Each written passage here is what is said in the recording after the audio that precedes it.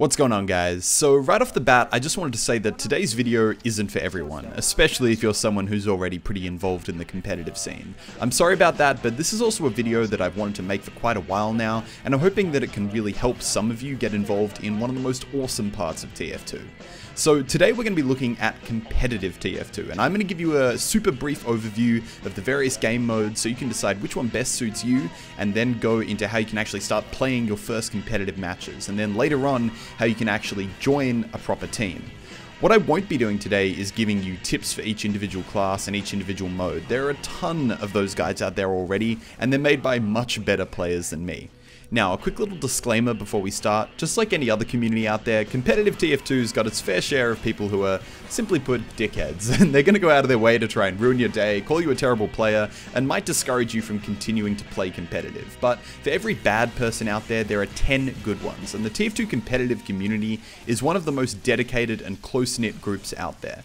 If you've been looking for a way to take your TF2 experience beyond Valve servers and into something a little bit more serious, then this is an awesome way to do that. So let's start off by looking at the two main competitive game modes, and we're going to begin by taking a look at Sixes.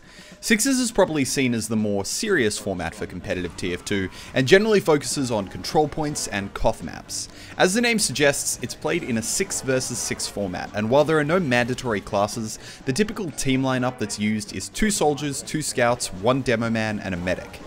While off-classing can be done from time to time, it's generally best to stick with one of those standard classes when starting off.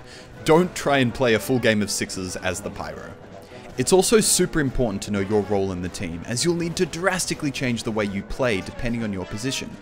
Roaming soldiers, for example, generally stick to the flanks and use gunboats to maximize their mobility and go for more aggressive plays. Pocket soldiers, on the other hand, are generally tasked with protecting the medic and would use the shotgun in favor of the gunboats. These same variances apply to every player on a Sixes team and vary between both countries and individual teams. As I said at the start, I'm not going to give a detailed tutorial on each class in this video because I really want to keep it simple. Instead, check out the description where I put together a great list of guides made by very experienced players. The second mode we're going to check out today is Highlander. Highlander is a 9 versus 9 format where each team has only one of each class, and unlike Sixes, involves payload maps as well as Koth and control points. With all 9 classes present, and with fewer weapon restrictions than Sixes, it's often seen as a much easier mode to transition to from pub servers. From experience, Highlander has a much more relaxed feel to it, and it can be a great place to start your competitive experience. Teammates are often far more forgiving, and the general gameplay and pace of the game is a lot easier to move into if you only have a pub server background. On top of that, classes have less strictly defined roles, meaning you can play the game how you want to play the game, and don't need quite as much prior knowledge as you would for a game of Sixes. That said, Highlander has just as much depth as its Sixes counterpart, and it is extremely fast-paced and fun. The final mode I want to mention in today's video is called MGE. Now, while this isn't a competitive mode in itself, it can be a great way to improve your general fighting skills.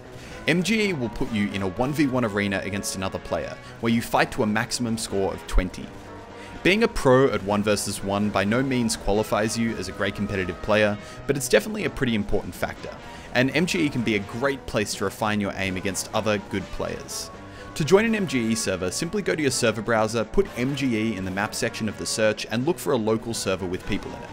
There are a ton of variations of this mode, such as DM, B-Ball, and Ulti-Duo to name a few, all of which are great for improving your aim.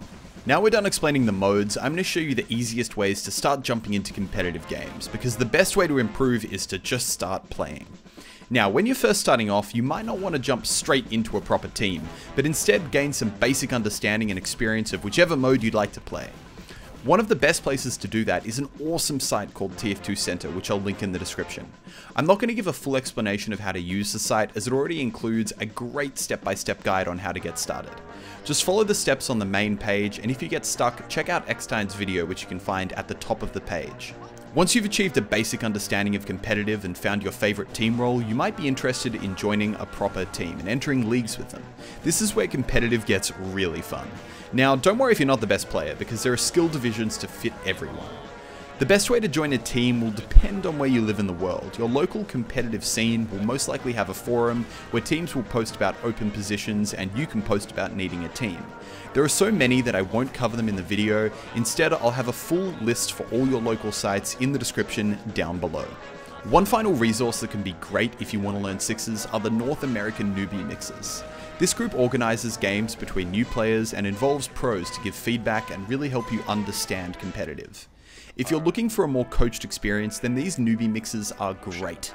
Sadly, I wasn't able to find any equivalent groups in other countries, but I'll be sure to add them down to the description if something comes up. And yeah, that's it. That's basically all you need to know to get into competitive. It's really simple, it's really easy, and it is really, really fun, and a great way to take the next step in TF2. Make sure you check out the description for more detailed guides and information. Some of you might have absolutely no interest in it, and that's completely fine. The TF2 pub experience has enough maps and enough modes and enough depth to keep you interested for years to come, but anyone looking to try something new, I hope this video helped. As always guys, thank you so much for watching, I hope you enjoyed, and I will see you legends in the next one. Bye bye!